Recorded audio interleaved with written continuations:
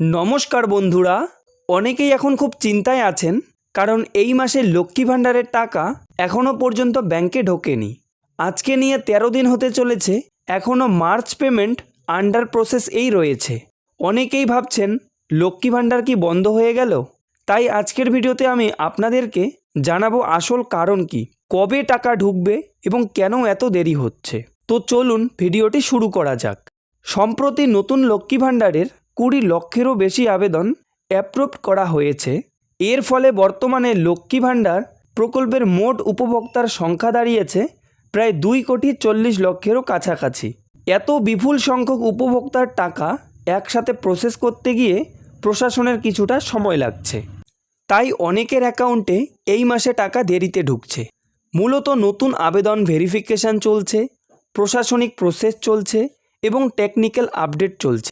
এই সব কারণেই পেমেন্ট একটু দেরি হচ্ছে। তো এবার কথা হচ্ছে টাকা কবে দেবে। সবচেয়ে গুরুত্বপূর্ণ খবর হলো, সরকারি ঘোষণা করা হয়েছে যে যাদের এখনও পর্যন্ত টাকা ঢোকেনি তাদের লক্ষ্মী ভাণ্ডারের টাকা মার্চ মাসের শেষের দিকে ব্যাংক অ্যাকাউন্টে পাঠানো হবে। তাই এখনই দুশ্চিন্তা করার কোনো কারণ নেই, কারণ লক্ষ্মী ভাণ্ডার প্রকল্প বন্ধ হয়নি। পশ্চিমবঙ্গ সরকারের এই প্রকল্প আগের মতোই চালু রয়েছে। আমি আবারও বলছি, মার্চ মাসের টাকা আপনারা মার্চ মাসের শেষের দিকে পেয়ে যাবেন। তো এই ছিল আজকের ছোট্ট একটি আপডেট। ভিডিওটি যদি ভালো লাগে তাহলে লাইক করবেন এবং এমনই তথ্য সবার আগে জানার জন্য চ্যানেলটিকে সাবস্ক্রাইব করতে ভুলবেন না। ভালো থাকবেন, সুস্থ থাকবেন। ভিডিওটি শেষ অবধি দেখার জন্য অসংখ্য ধন্যবাদ।